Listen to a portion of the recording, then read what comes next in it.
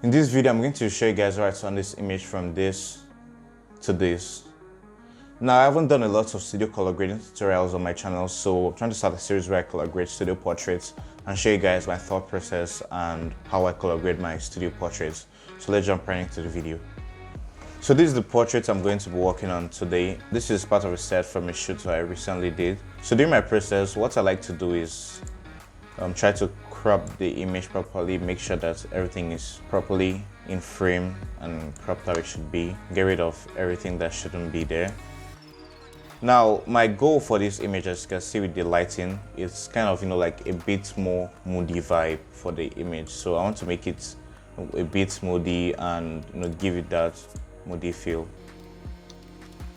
So first thing I'll do here is adjust the exposure a bit, then reduce a bit of that contrast. Why I do this is because sometimes when the photo comes out of camera, it can be a little bit too contrasted. So what I like to do is reduce a bit of that contrast to make sure that it's alright. So the next thing I'm going to be doing here is adjust the highlights a bit to see what comes out of it. Since I want this image to be moody, I'm going to be reducing the shadows a bit and the blacks as well. Maybe reduce it a tiny bit.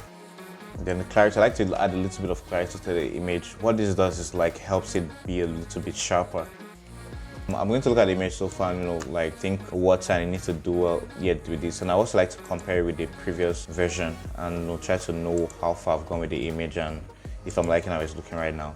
So the next thing I like to do for my dark skin image, if you've followed my channel long enough, you know that what I like to do is I like to adjust the temperature a bit. Now what this does is helps bring back some of that brown skin tone, and that little warm feel kind of brings out the skin tone a bit more. I'll be doing that and also increasing the vibrance as well. Then reducing the saturation a little bit. We don't want this to be too colorful. I also like to add my points, my RGB tone curve, and then this my blacks to emphasize that moody feel for this image, and then leave the shadows a bit. The mid-tone, we can play with it a bit to see what comes out of here, and then the highlights can be lifted up a bit too. So look at it without the tone curve, with the tone curve. As you can see, the tone curve is already establishing the overall look and feel of this image. So I'm liking how this is looking so far. It's got that vintage feel, which I'm going for right now. So what I would like to do next is go to other channels in the RGB curve. Let's say blue. Then I'm trying to add a bit of red to the shadows, but not make it too much. Alright, I think that's enough. Now, if you haven't noticed yet, this image, I'm going with this image off the bat from scratch and trying to bring out the look I want out of this image right now. So might be experimenting a bit with the colors, and I really want you guys to see my thought process, why I choose different colors and why I choose other options as well. I'm going to go to my right channel. I'm going to just make sure that this isn't too much, it's right where it should be. Then the blues, I'm going to add a little bit of blue to the highlights, but don't make it too much. So I'm going to make sure everything else is where it should be.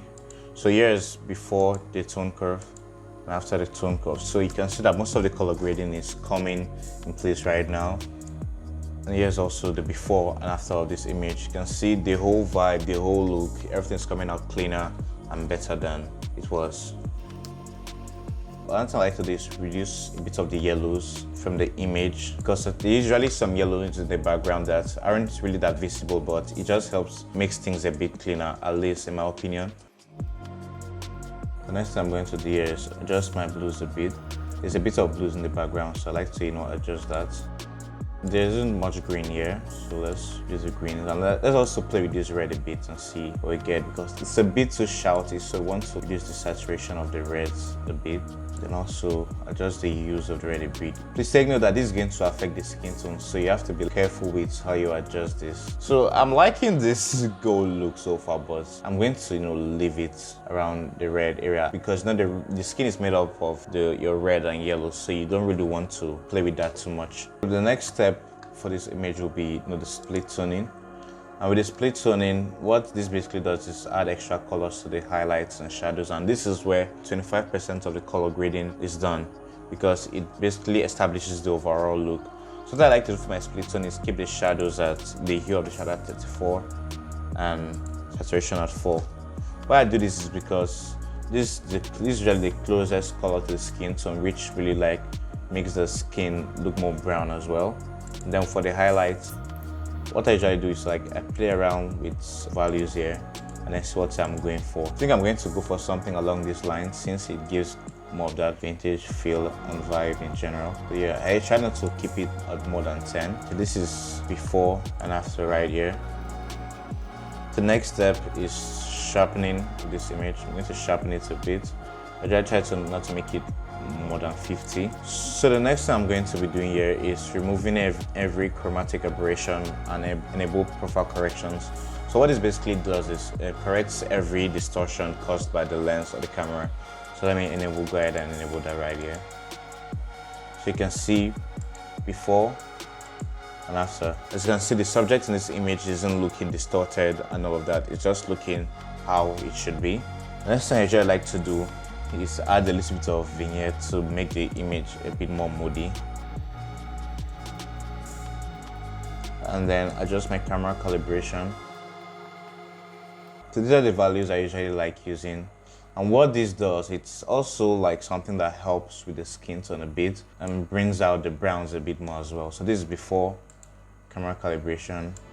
After camera calibration, this is where each part of the color grading is being done as well, and like where most of the colors pop and come out. I'm going to reduce a bit of the saturation. So as you can see, this was done in like 10 minutes, and this is basically the color grading so far. So this is before and after color grading. And so this is a huge improvement from the previous image, and the colors and the life of the image really comes out after the color grading. So I'm going to do some final adjustments to the exposure because it might be looking a bit too dark. I know it wants to be moody, but it might be a bit too dark. So I'm going to use my histogram. I think I like to use my histogram a bit so that I kind of like adjust a little bit. So while you do that, you just click and drag your histogram to the left or just to the right. Alright, so I like it around there. So the next step for my color grading and retouching process is I usually like export to Lightroom and do some of the final touches to the image like skin retouching and everything else. So we are right here in Photoshop and this image is looking really great and I'm loving how everything's come out so far. So what I mostly like to do here is duplicate the layer and start with the retouching process. So I usually just zoom in and use my spot healing brush, reduce the size, and then just click.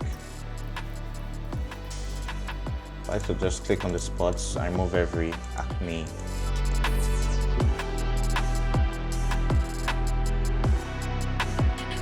So I've removed most of the spots right here. So the next thing I like to do is use my retouch panel, my beauty retouch panel to first of all sharpen the image. And then I reduce the opacity a bit so it's not too sharp. So I just try to keep it around 30, but not more than 50. I've merged those layers, so the next thing I will do here is use the frequency separation. I'm using 8-bit because this is an 8-bit image right here. So I'm going to keep my pixels around 6. The next thing I do is I duplicate the low frequency layer, and then I use my mixer brush with these values right here to then brush the shadows. So just note, I feel like I've mentioned this in my previous tutorial that you don't brush the highlights into the shadows, you brush them separately. So I just do a little bit of brushing. So I can increase the brush size and keep brushing.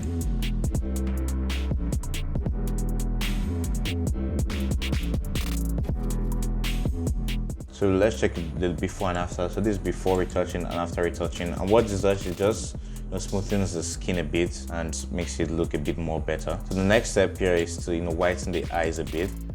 Well, what I usually do is I use the Magic Smile tool which is usually used for teeth whitening. So I change to my regular brush tool and then make sure that it's set to white. Then before, after, just make sure it's not a bit too much. The next thing I usually do in this process is to look through the image and try to decide, the next thing I want to adjust. So right here, I would usually remove this, but I feel like it adds something to the image, so I'm going to leave it there. I'm going to merge these layers. Look at the before Photoshop and after Photoshop. I duplicate it and then I get rid of, every dirt or anything that might be on the background that I don't like. So So what I usually do for this is use the clone stamp tool and just clone anything out that I don't like. So you click Alt, click where you want to duplicate, and then click on where you don't like.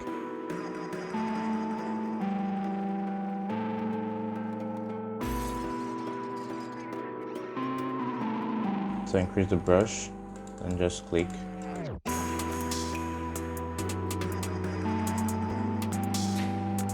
I'm going to go to my frequency separation again. The next thing I'm going to do is this. I usually do this sometimes to remove things like wrinkles or stuff in the background. I go to my lasso tool, make sure the feather is at 15px, and then use Gaussian blur here, increase it, and then boom, you can see that I've gotten rid of that little dirt that was in the background. And I try to do this for the outfit as well, to smoothen it a bit. I try not to do it too much so it's not over the top, just a little bit to smoothen the outfit a bit. It's like ironing in post.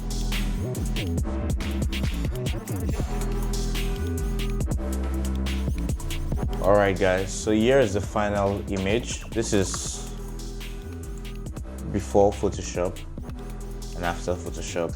So what I basically did here was make the image look a bit more cleaner than it is already, and boom, that's it.